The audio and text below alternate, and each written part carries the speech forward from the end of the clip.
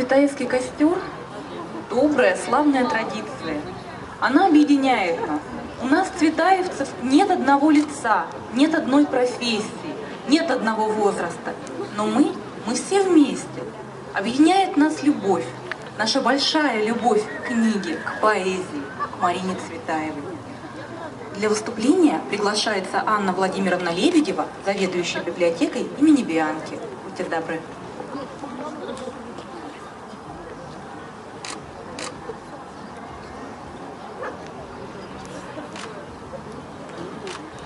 Добрый день, уважаемые участники Цветаевского костра. Сегодня Центральную библиотечную систему Ленинского района представят два филиала. Библиотека имени Михаила Калинина и библиотека имени Бианки. Наши читатели постоянно принимают участие в цветаевских вечерах, литературных, музыкальных программах, чтениях. Стихи Марины Цветаевой на все времена. Самобытная поэтика написана в 1920 году, а душу рвет и сегодня. В исполнениях наших читателей прозвучат два произведения. Итак, я представляю первого исполнителя, Елену Власову, врач лучевой диагностики. Она исполнит романс «Мой милый, что тебе я сделала».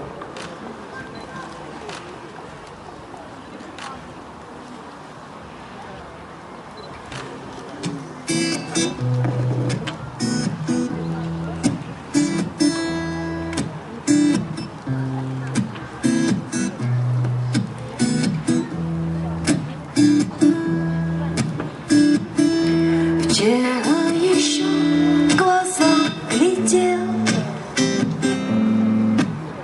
а нынче все катится в сторону. Вчера еще до птиц сидел, все жаворонки нынче вороны. Я глупая, ты умен, живой, а я остолбенелая. О, вопль женщин всех времен, мой милый, что тебе я сделала? Вчера еще ног лежал, равнял с великою державою, раз обе рученьки разжал, жизнь выпала копейкой ржавою. Дежавю. Уносят милых корабли, уводят их дороги белые, и стон стоит вдоль всей земли.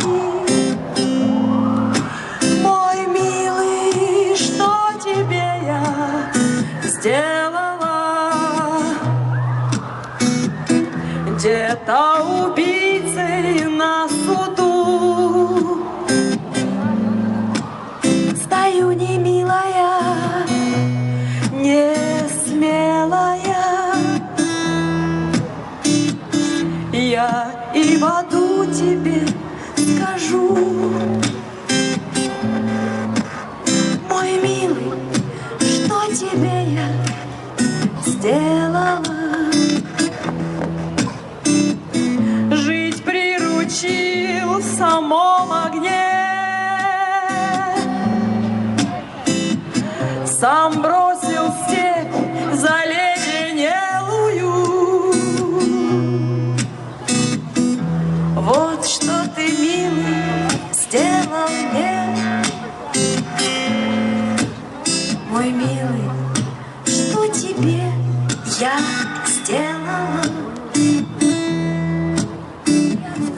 что ты, милый, сделал мне.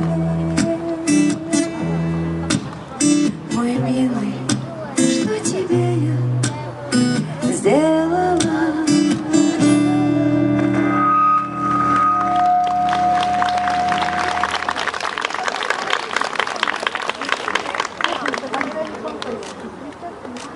Итак, следующее произведение «Вот опять окно» исполнит руководитель одного из предприятий нашего города Алексей Янсен. Поприветствуем.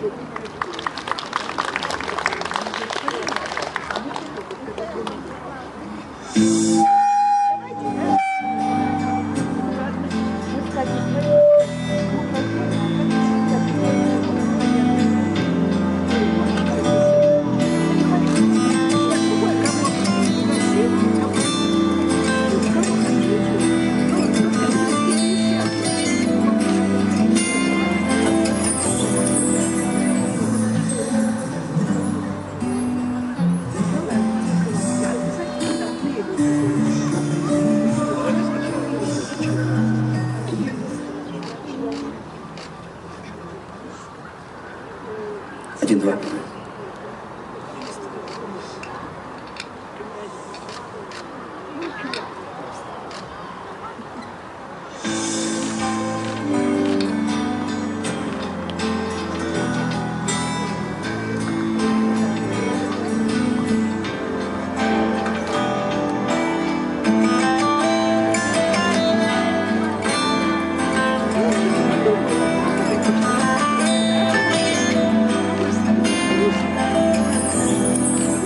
Вот опять окно, где опять не спят. Может, пьют вино, может, так сидят. Или просто рук не разнимут двое. В каждом доме, друг, есть окно такое. Не от свеч,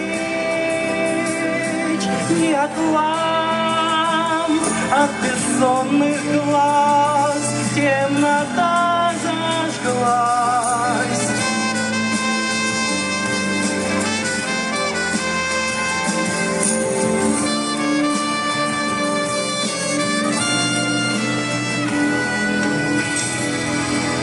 Крик разлук и встреч, и окно ночи. Может, сотни свеч, может, 3 свечи.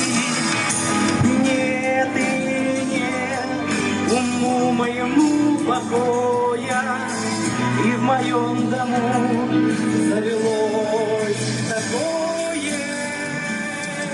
Нет свеч, нет ламп, от бессонных глаз темнота зажглась.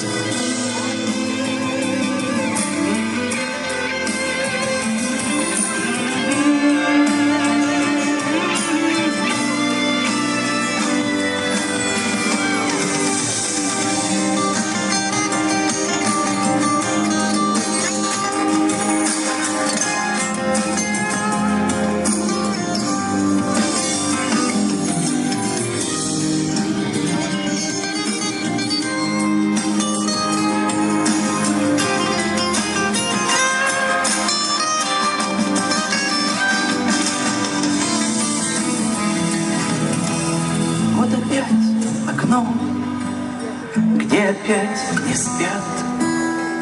Может, пьют вино, может, так сидят. Или просто рук не разнимут двое. В каждом доме, друг, есть окно такое.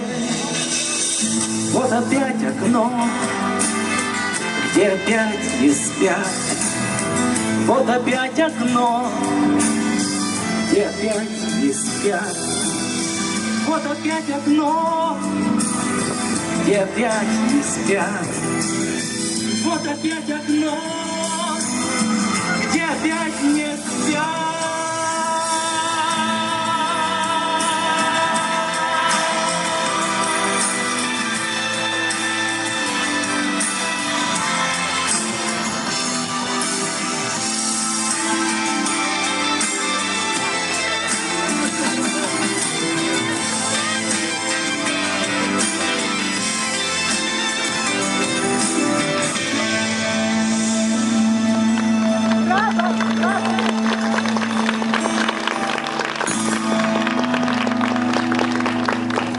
Когда 10 лет назад я приехала в Новосибирск и пришла впервые в дом Цветаевой, вот у меня было две мечты. Первая – это чтобы загорелся цветаевский костер у нас. Ну, дом Цветаевой есть, значит, должен быть и костер. Вот 5 лет назад осуществилась моя мечта первая. А вторая мечта моя была... Ой, в 200 километрах от Новосибирска есть село под названием Пихтовка. В это село в 30-е годы ссылали неугодных политических ссыльных и отправляли их туда не жить, а выживать. На вечное поселение. Уговаривали местных жителей, чтобы не поддерживали, чтобы не обеспечили едой, работой. То есть, как вывезет кривая. И среди этих ссыльных была Анастасия Ивановна Цветаева, младшая сестра Марины Ивановны. И вот очень мне хотелось побывать в Пихтовке, посмотреть, увидеть все то, о чем она рассказала в своей книге «Моя Сибирь». И вот благодаря дому Цветаевой, благодаря нашей замечательной библиотеке, эта мечта моя осуществилась. 3 сентября мы провели в Пихтовке мини-конференцию. Это была совершенно потрясающая поездка. И мне сегодня хочется сказать огромное спасибо библиотеке, дому Цветаевой и особенно Юлии Вильямовне Лихачевой, которая заболела этой темой и взяла на себя такую огромную работу. Сколько интересных людей приехало в Пихтовку. Но я думаю, что об этой поездке, о мини-конференции расскажет библиотекарь нашей библиотеки. Галина Петровна Губченко была среди тех, кто побывал 3 сентября в Пихтовке. Я предоставляю вам слово. Расскажите, пожалуйста. Добрый день. Я была в числе тех, кто организовывал эту поездку. И, к моему великому счастью, мне довелось в ней и поучаствовать. Я прочитаю вам эссе, которое я написала по этой поездке. С вашего позволения я буду читать, чтобы уложиться в таймлайн и, собственно, не выйти из него и не допустить лишних эмоций. Среди бескрайних сибирских просторов раскинулось старожитческое село Пихтовка. По-сибирски широкая центральная улица. Под основательным мостом строится зеленеющая бокса. Кряжестые деревянные дома доживают свой век. Сразу за селом тайга. Многое помнит сибирское привольное разнотравье. И хмурых старообрядцев, селившихся по обе стороны реки, и славное купеческое прошлое, и горькую сибирскую вандею, и тяжелый труд ссыльных. Медвежий угол, ссыльное место, тайга и болотина. И в этом краю две так и не смешавшихся породы. Суровые лица, обосновавшихся когда-то в этом богатом на клюквенные рямы и кедрачивость угане переселенцев из крестьян, из киржаков-староверов. И среди них неожиданно тонкий женский профиль дворянских кровей. Соня Гурвич, дочь ленинского сподвижника Николая Бухарина, Майя Петерсон, дочь первого коменданта Кремля, Заяра Веселая, дочь писателя Артема Веселого, и Анастасия Ивановна Цветаева, писатель и философ. Сильные дочери великой страны, прекрасные и сильные женщины. Сентябрьским утром мы ехали навстречу к Анастасии Ивановне, к месту ее памяти. День выдался по-летнему солнечным, очень теплым. Задуманное удалось нам с лихвой. Анастасия Ивановна все это время словно незримо была вместе с нами. Она словно благословила нас с небес на эту встречу. Все на свете в плену своих имен. Получая имя, мы получаем все, что стоит за ним. Созданный в 1994 году в Новосибирской государственной областной научной библиотеке культурный центр, посвященный памяти Марины Ивановны, был назван Домом Цветаевой. И, как показала эта мини-конференция, это имя абсолютно оправдано. Посудите сами. В хорошем доме радушная хлебосольная хозяйка.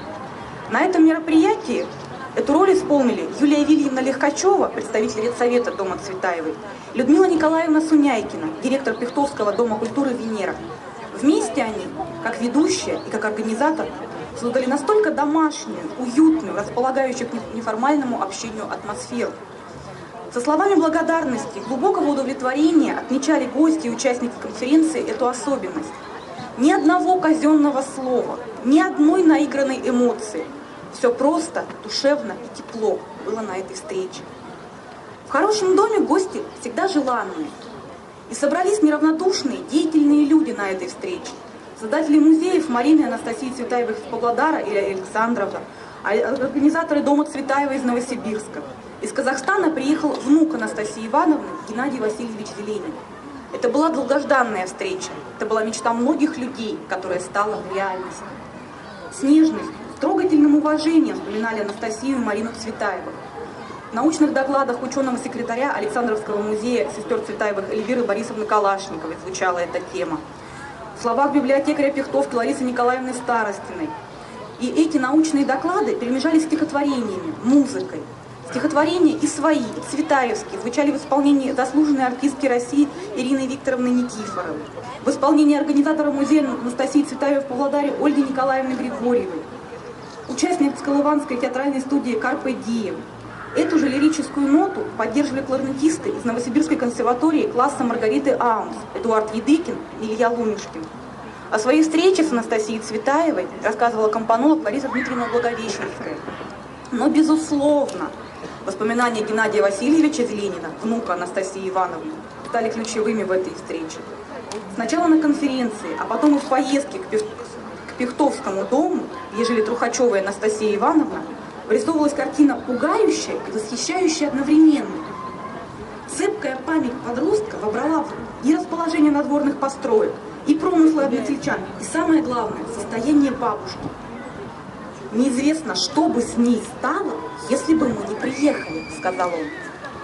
Той земной любовью, вниманием, заботой, которой так не хватило старшей сестре, с лихвой окружили Анастасию Ивановну, сноха и внуки. Они спасли ее, подарив ей долгие годы, а всему миру ее произведения.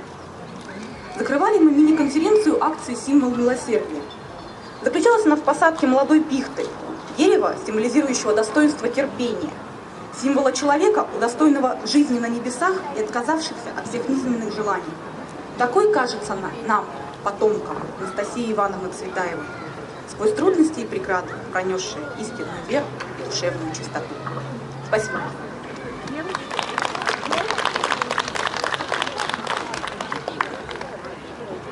Я иногда поражаюсь каким-то странным совпадением.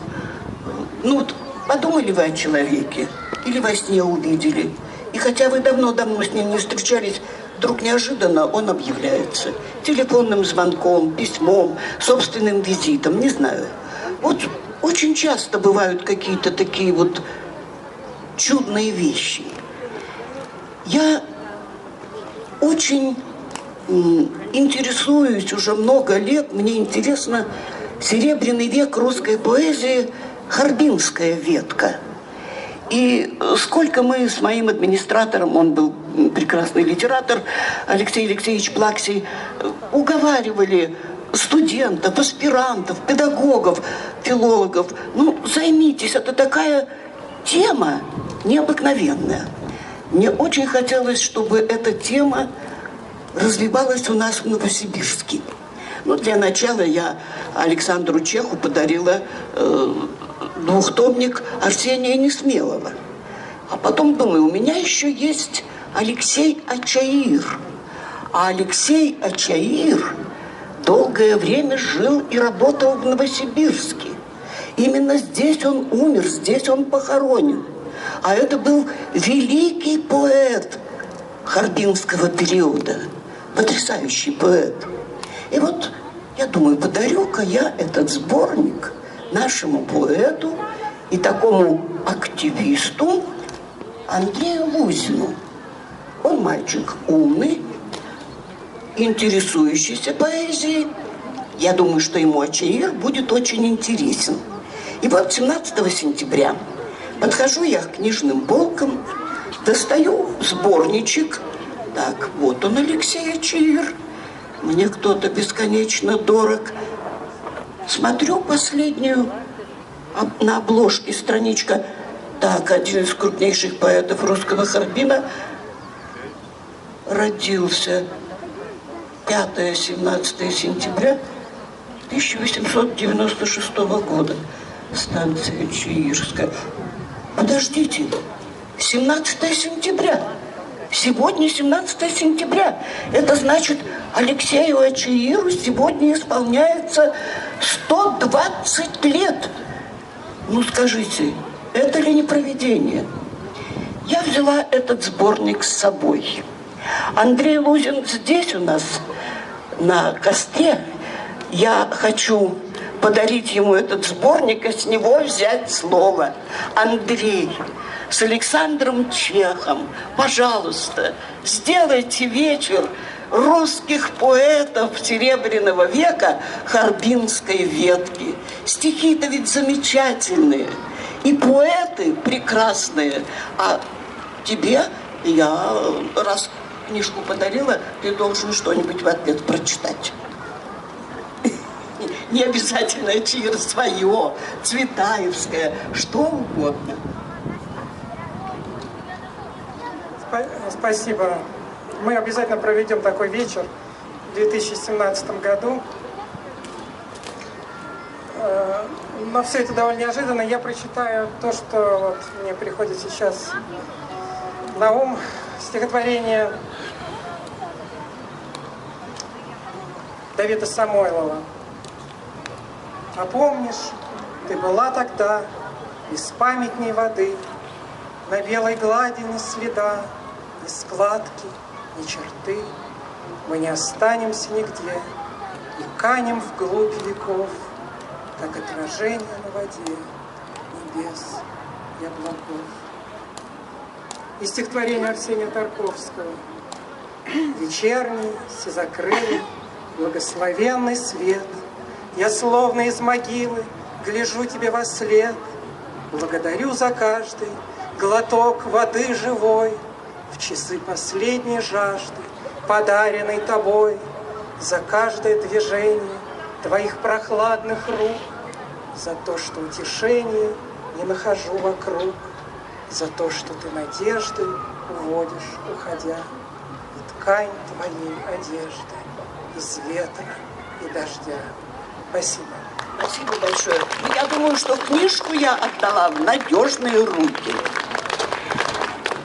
Нынешний год объявлен годом российского кино. Я сейчас вот пересматриваю по телевидению старые фильмы и поражаюсь. Бывает, мы даже фильма этого не помним, а кто-то даже и не знает. А вот мелодии, которые родились в этом фильме, нам знакомы. И что интересно, написанные в 30-е годы мелодии живут сегодня, как будто бы совсем недавно написали их Дунаевский, Соловьев-Седой, Богословский. А, кстати говоря, ведь многие мелодии на стихи Цветаевой тоже пришли к нам с экрана. И некоторые из этих произведений звучали у нас на вечерах в доме Цветаевой, да и на костре не раз. Кстати говоря, перед тем, когда готовился вот нынешний 5-й костер, меня спрашивали, а будет ли принимать участие в нашем костре Елена Дедова. Она несколько раз пела у нас и на костре, и первый раз я ее услышала в доме Цветаевой на вечере, не помню на каком. Она пела музыкальную композицию генералам 12-го года. Елена Владимировна дала согласие принять участие в сегодняшнем костре. И я с удовольствием приглашаю ее на сцену. У нее в репертуаре что-то около 10 романсов на стихи Цветаевой. 8 или 9, точно я не помню. Но я думаю, она выберет сама те романсы, которые ей особенно нравятся. Яночка, я не буду ничего объявлять. Вы сами, хорошо? Просто потому что стихи всем хорошо знакомы. А пение ваше мы тоже любим. Спасибо. Добрый день, дорогие новосибирцы. Песня на стихи Марины Цветаевой «Хочу у зеркала, где муть».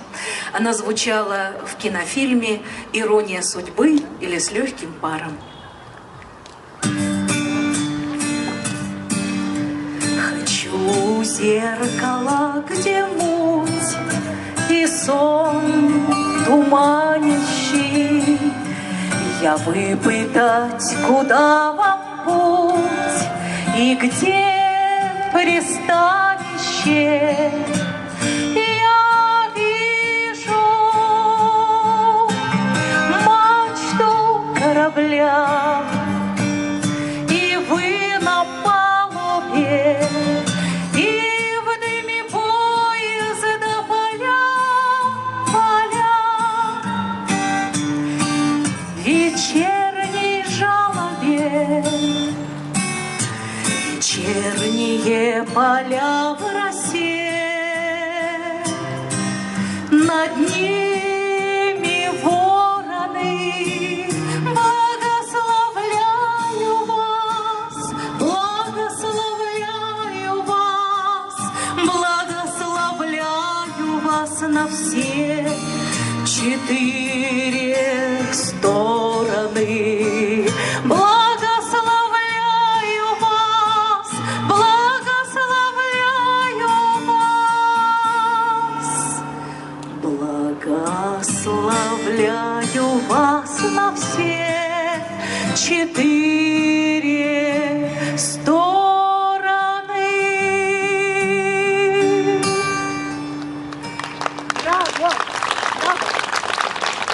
Следующий кинофильм, в котором звучат стихи Марины Цветаевой, «Жестокий романс».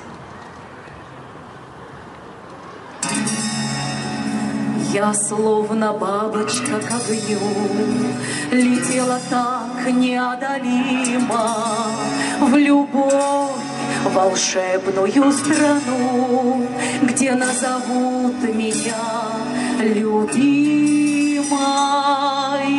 где бесподобен день любой, где бы не страшилась я ненастья, прекрасная страна любовь, страна любовь, и только в ней бывает счастье. Пришли иные времена, тебя то нет, то лжешь, не морщась. Я поняла, любовь страна, где каждый человек притворщик. Моя беда не вина, что я наивности образчик. Любовь — обманная страна, обманная страна, и каждый житель в ней обманщик. Зачем я плачу пред тобой и улыбаюсь так не кстати? Неверная страна любовь, там каждый человек предатель.